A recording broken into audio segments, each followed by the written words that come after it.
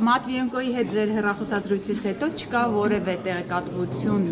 պաշտոնական արարողակարգից բացի, թե ինչ է քննարկել, արդյոք հայ-ռուսական հարաբերություններում վերջին, այսպես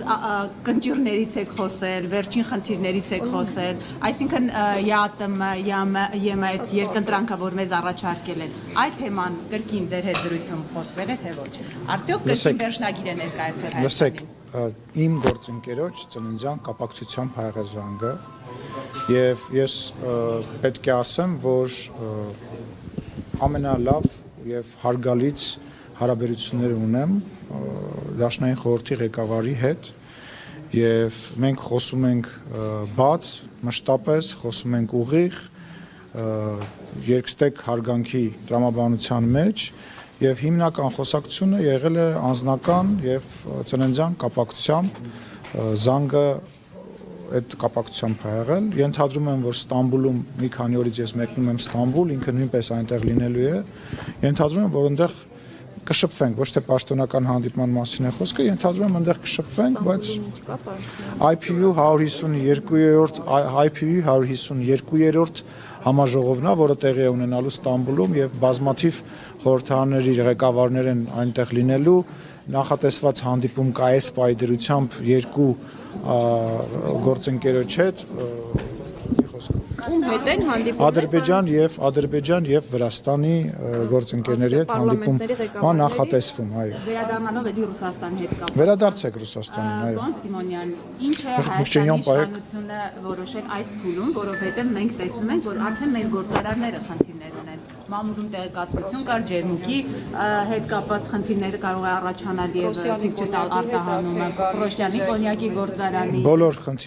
Բոլոր խնդիրները կքննարկվի, կլուծվի, մենք Ռուսաստանի հետ որևիցե հարցով չենք պատերազմելու, չենք կռվելու եւ բոլոր խնդիրները բարձրաձայնելու ենք եւ փորձելու ենք լուծելով առաջ գնանք։ Մենք որևիցե սպառնալիք չենք մեզանից ներկայացնում Ռուսաստանին, չենք պատրաստվում սպառնալիք դառնանք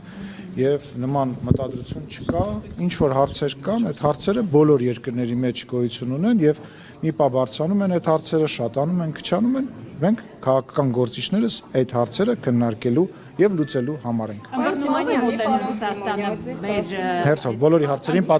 բոլորի հարցը վերջացնեմ, էլի։ Ըմբռնումով է Ռուսաստանի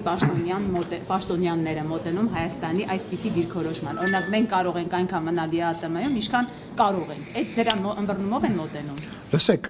երբ որ ըմբռնումով չմոտենանք, խոսենք դրա մասին, հիմա ինչ եք։ Հիմա փաստացի արդեն ինչքան ժամանակ է մենք միևնույն ժամանակ փորձում ենք համատեղել։ Իսկ այն ժամանակ, երբ որ Սերժ Սարգսյանը 2-3 տարի բանակցեց ասոցիացիան համաձայնագիրը եւ մի գիշերվա մեջ sense թևից թափ տվեցին ու ինքը մտավ բանի մեջ, այդ ԵԱՏՄ-ի մեջ, համատեղեց, չէ, Մաքսայինի մեջ ներողություն եմ խնդրում, շնորհակալություն։ Ով է ինձ անթերձում։ Մաքսային միության մեջ ինչ որ բա համատեղեց, չէ, նաեւ ինչ որ փաստաթղթեր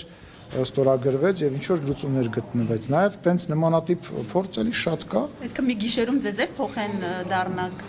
ԵԱՏՄ-ից ԵԱՄ-ի։ Դոնա ջան, երբ որ սկսում է, երբ որ լավ հարց է տալիս, երբ որ շատ հարց է տալիս, նորմալ հարց է տալի, պատասխանում եմ, բայց երբ որ սկսում ես արդեն ինչ որ բառախոսով, ես օրինակ բերեցի Սերժ Սարգսյանի վրա, տարբերությունը զգացել ես Սերժ Սարգսյանի եւ Նիկոլ Փաշինյանի։ Թե չէ զգաց։ Իսկ Ռոբերտ Քոչարյանի եւ Նիկոլ Փաշինյանի տարբերությունը զգացել ես։ Օրինակ, եթե Նիկոլ Փաշինյանը չլեր, ձեզ մեծամասնությունը հիմա ինոագենտ կլիներ։